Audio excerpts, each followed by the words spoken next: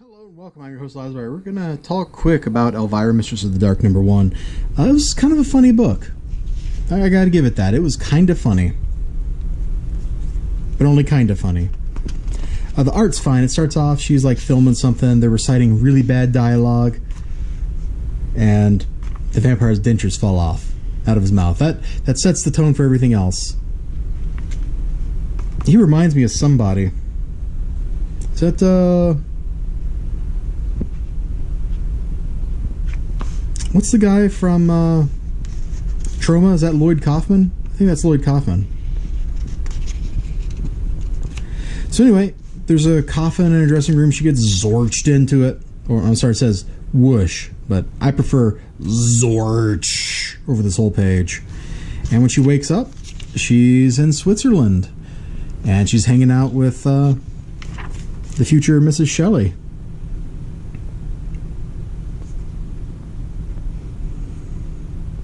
And they're dealing with a vampire.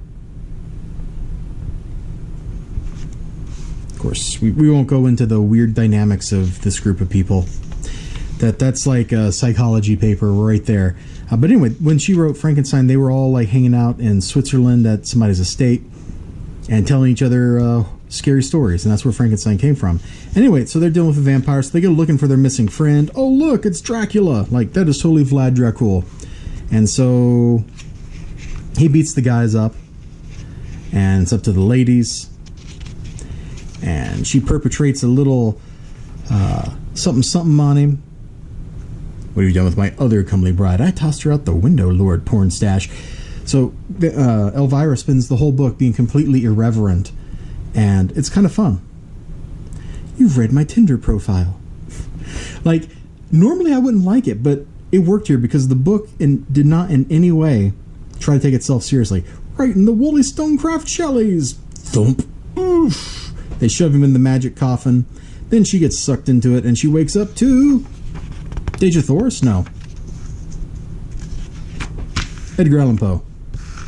Boy, that's not a lot of book, is it? It sure doesn't seem like a lot of book. Isn't it 20 pages? Whatever. The art's fun. And the writing is fun and pops. Oh, hey, wait, there was a little trauma thing. But no picture of Lloyd Kaufman. Yeah, you know, if they're advertising Troma in here, that guy must be supposed to be Lloyd Kaufman. It was fun. I mean, the book was pleasing to the eye. The writing was fun and made me chuckle a bunch. No big laugh out louds, but I definitely had some fun. I mean, she's out of time, and so she's like, they're like, there's certainly no man, some kind of succubus. Surely, I've been called worse. Sorry to crash your Ren Fair, kids. I got lost somehow. Like, she's totally out of her depth, out of time, out of place, and it's just fun watching her. No, not her. It's fun watching the other people react to her. Does that make sense? Because that's what this book is based on. At least issue 1 was the way other people react and deal with her, and it was a good time. I enjoyed it. I picked this up just completely on a lark when I was at Graham Cracker Comics, and I don't regret it. It was just a hoot. I want to look at this. I want to flip through the second one when it comes out. I don't want to read it now because I think I would get sick of it really fast. So this is probably a case where the nice break between monthly issues will actually preserve my interest in the series. I don't know if $3.99 is the right price point, though.